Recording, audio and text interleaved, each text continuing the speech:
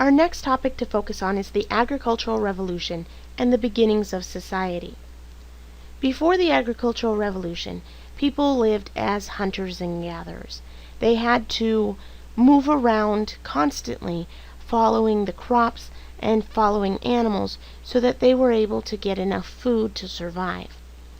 As they learned how to domesticate plants and animals, the people were no longer limited to only hunting and gathering for food. They have the option to plant seeds themselves instead of just depending on what grew wild, and they also are able to control animals so that they can use the animals and their products like milk when they choose to. This leads to the formation of agricultural hearths. Farming allows the people to stay in one place.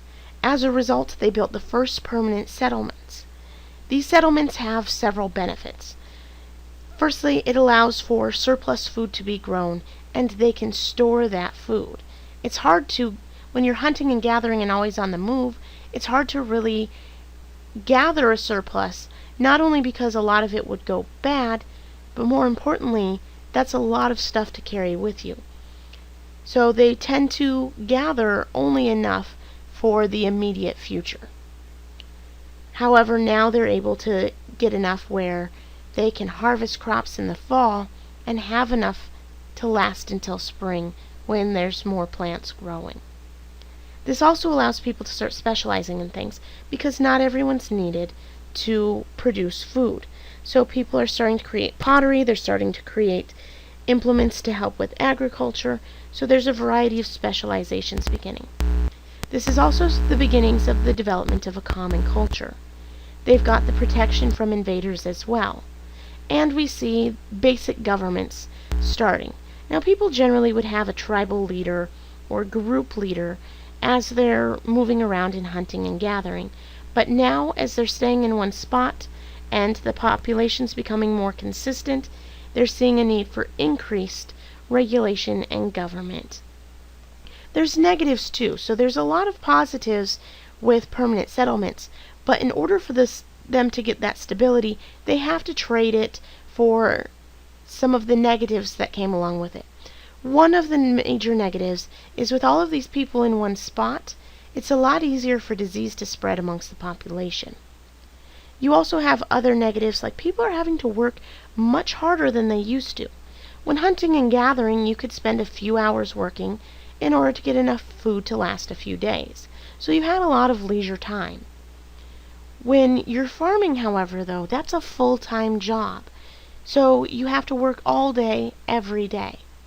So there's definitely some trade-offs. You get the stability of a permanent settlement, but you are more susceptible to disease and you do have to work much harder.